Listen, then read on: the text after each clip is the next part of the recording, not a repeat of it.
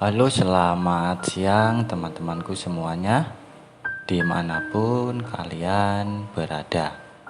Semoga teman-teman selalu dalam keadaan yang sehat dan selalu dimudahkan dalam mencari rezeki. Berjumpa kembali bersama channel Yulian Story ya, channel yang berisikan tentang konten vlog yang disertai dengan konten cerita. Jadi dalam satu buah video, teman-teman bisa menikmati dua hiburan sekaligus. Yang pertama adalah pemandangan alamnya, dan yang kedua adalah isi dari ceritanya. Baik teman-teman, untuk kisah kali ini masih melanjutkan kisah dari si Arya ya, dan sudah sampai di episode ke-39. Dan saya ucapkan banyak-banyak terima kasih yang telah mengikuti cerita ini dari awal episode sampai saat ini. Dan seperti biasa, di sini saya akan memberikan beberapa cuplikan alur ceritanya. Dan hari ini hari Minggu ya, tanggal 18 Juni tahun 2023. Semoga dengan hadirnya cerita ini bisa menemani teman-temanku semua di kala waktu libur. Pandangannya mengikuti Wongso pergi menjauhinya. Sejenak Arya merenung di tempat parkir. Beginilah cinta deritanya tiada akhir. Arya bukan dia, dan Arya pasti akan mendapatkan cintanya. Memang bukan Dian, tapi pasti ada lagi yang lainnya. Segera Arya ke rumah Tante Ratna untuk menjemput ibunya. Dalam perjalanannya ke rumah tantenya, Arya masih terbawa kata-kata Wongso. Ketika seseorang berpikir, mungkin dan kamu tidak, maka pasti ada kemungkinan.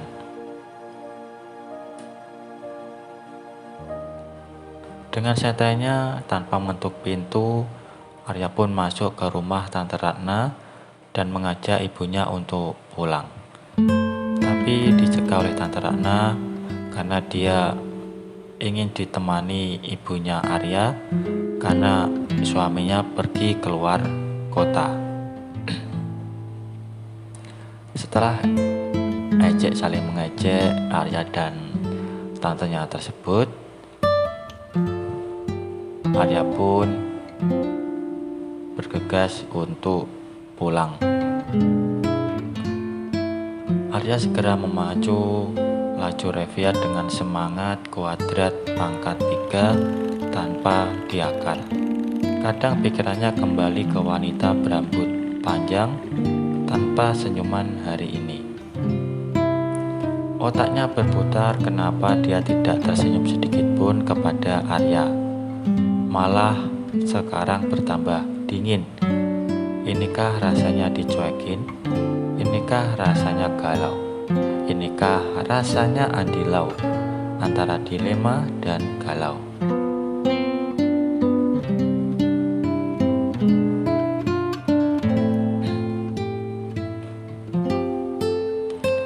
Tak berapa lama sampailah Arya di depan rumahnya.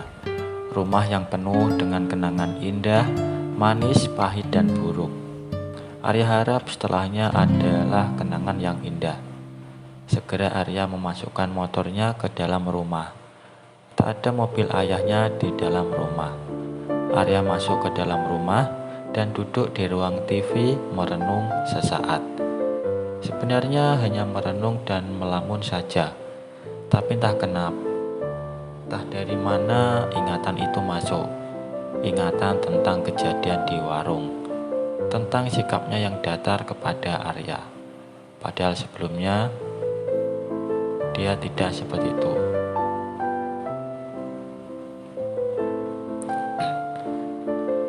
Karena tak ada kerjaan, iseng Arya pun mau nelpon ayahnya. Dan di dalam percakapan tersebut terdengar samar-samar suara yang minta ampun, dan Arya pun sedikit curiga dengan suara tersebut. Dan tiba-tiba handphonenya Arya pun berdering, dan itu adalah Rani yang sedang menelpon.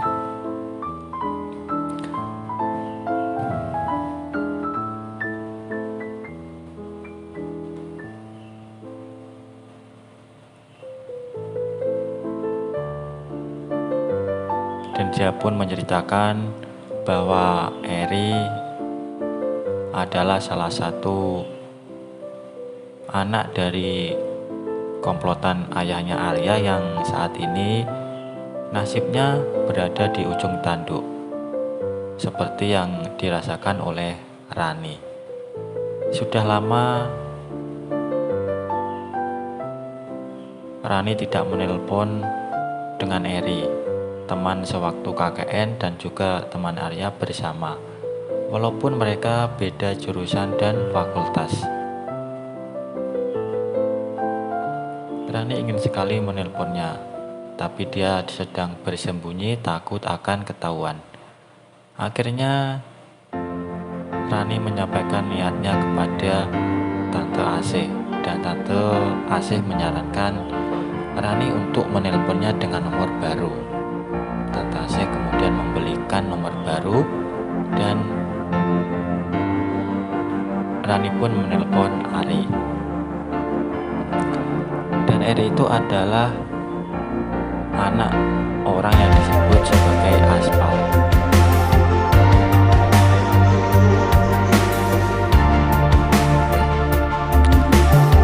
Setelah cukup lama mereka mengobrol, akhirnya Arya menutup telepon.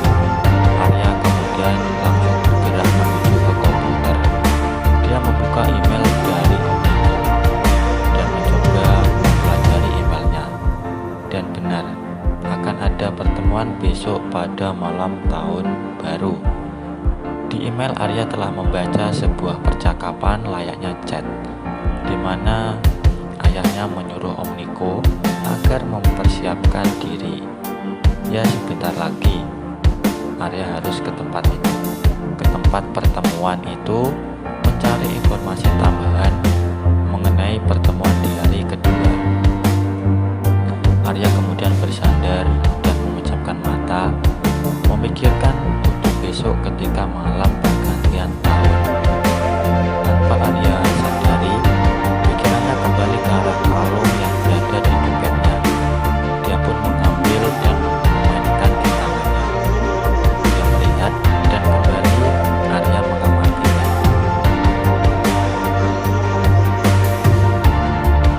Kemudian Arya masukkan kembali ke dalam saku di dompetnya.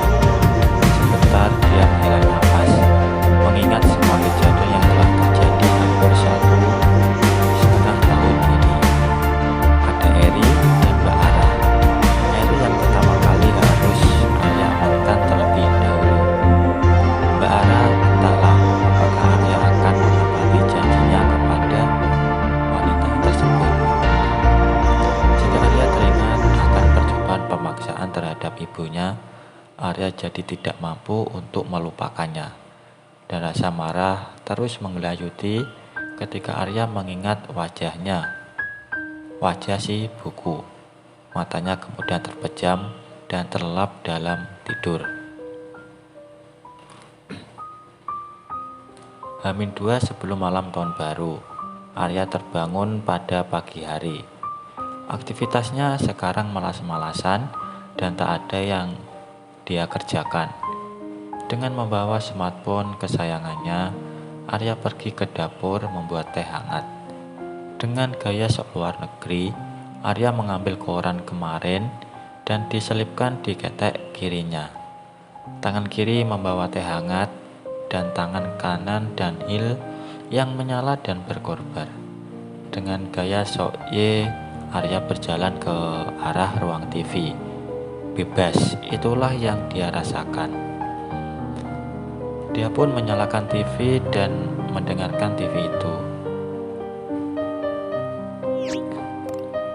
Dan di TV tersebut ada sekilas berita bahwa ada warga di daerah Ikan Duyung menemukan sesosok mayat laki-laki yang tergeletak di pinggir sawah. Tidak diketahui jelas sebab kematiannya. Warga yang menemukan mengira lelaki itu sedang tertidur karena mencari belut. Setelah didekati, warga kemudian terkejut karena ternyata lelaki itu sudah tidak bernyawa dan membuat geger seluruh warga di Ikan Duyung. Menurut polisi yang langsung datang ke TKP setelah dihubungi warga, mengonfirmasi bahwa kematian dari lelaki tersebut dikarenakan tusukan dan pada dada dan tembakan di keningnya. Tak ada saksi mata mengenai peristiwa ini sampai berita ini diterjunkan. Arya hanya menyibak sedikit korannya dan kembali membaca. Dan tiba-tiba telepon Arya pun berdering dan itu adalah Rani.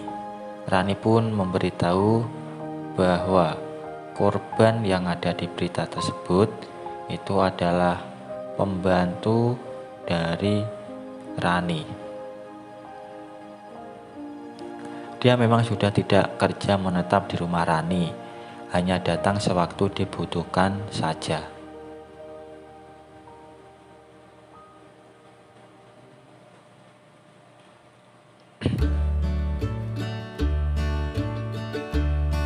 Arya pun terkejut dengan penjelasan yang diberikan oleh Rani tersebut. Dan Arya pun menyuruh Rani untuk di rumah dan jangan keluar.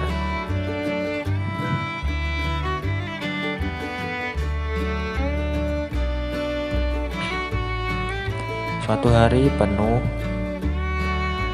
Arya berada di rumah hingga sore hari, mengacak-ngacak email dan smartphone KS. Nihil, itulah hasilnya. Arya semakin yakin dengan kegugupan mereka. Jika mereka tahu keberadaan Rani di rumah Tante Asih, maka bisa hancur semuanya.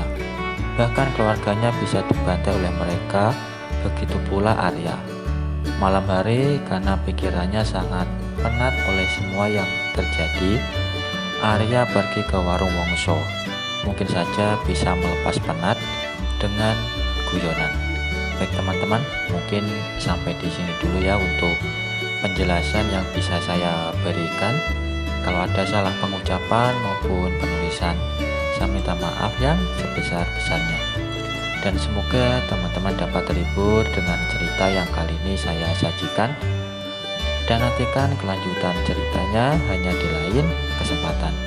Saya ucapkan selamat sore, selamat beraktivitas, dan terima kasih.